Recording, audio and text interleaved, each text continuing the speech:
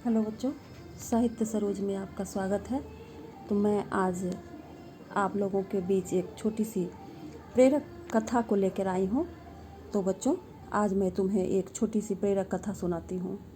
राजगद्दी पर बैठते ही मगध सम्राट अशोक अपने पड़ोसी राज्यों को जीतने में लग गए। ज्यों-ज्यों वो अपने खजानों को जीत में मिले रत्नों से भरते गए, त्यों-त्यों उनका मन भी अहंकारी होता चला गया। एक दिन एक विद्वान बौद्ध भिक्षु उनकी राजधानी पाटलिपुत्र में पहुंचे। अशोक ने दिखावे की भावना से उन्हें भोजन पर आमंत्रित किया। भोजन कराने के बाद अपना रत्न भंडार भिक्षु को दिखाते हुए एक बड़ा रत्न हाथ में लेकर उन्होंने कहा, यह एक अनमोल रत्न है जो देश में दुर्लभ है। भिक्षु ने जिज्ञासा भरी आवाज में कहा, किंतु राजन, यह रत्न पत्थर ही न है या कुछ और? अशोक ने हंसकर अहंकारी मुस्कान देते हुए बौद्ध भिक्षु को उत्तर देते हैं, हर रत्न पत्थर ही होता है भिक्षुराज, पर उसमें कोई कोई अनमोल होता है। भिक्षु ने तब कहा, राजन, आपके ही राज्य में इससे भी कीमती पत्थर मैंने देखा है।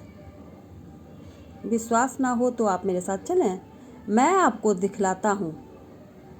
सम्राट अशोक को बड़ी आश्चर्य हुई और बोले, चलिए मैं आपके साथ चलता हूँ।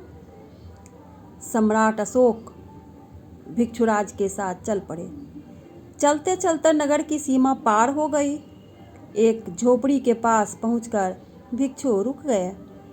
झोपड़ी खाली थी। ओसारे में पत्थर की एक चक्की गड़ी हुई थी।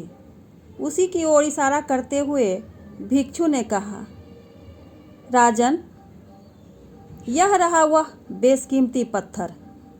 यह तो चक्की है भिक्षुराज, अशोक ने हंसी उड़ाने के लहजे से कहा। भिक्षुराज ने गंभीर आवाज में उत्तर दिया, हे राजन, आपने ठीक से पहचाना, यह अनमोल रत्न है। इस झोपड़ी में रहने वाली बूढ़ी को इससे रोज भोजन मिलता है। क्या आपके समग्र रत्न पत्थर किसी को रोजी रोटी देते हैं, किसी को भोजन देता है? ऊपर से आप उसकी पहरेदारी पर लाखों मुद्राएं खर्च करते हैं। यह तो पत्थर जीवन देता है। आपके पत्थर से बेशकीमती यही है राजन। आप इस चीज को समझें, यह पत्थर जीवन देता है, प्राणियों को भोजन देता है।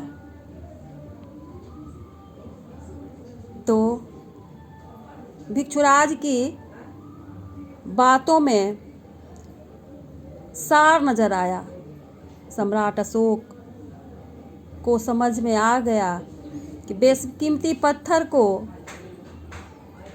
मैं बंद करके रखा हूँ और उसके पीछे मैं पहरेदार को लगाया हूँ, और उससे भी ज़्यादा तो ये है बेशकीमती, जो दूसरों को, प्राणियों को जीवन दान देता है। उसी दिन सम्राट ने लौट कर आए और अपने सारे रत्न गरीबों में बांट दिए। उनका राज्य राम राज्य के भांति सुखी हो गया। तो बच्चों, कैसी लगी मेरी यह प्रेरक कथा? पूरे वीडियो को देखना, देखने के बाद लाइक करना, कमेंट करना। तब तक के लिए मैं आज्ञा चाहती हूँ। जय हिंद, जय हिंदी।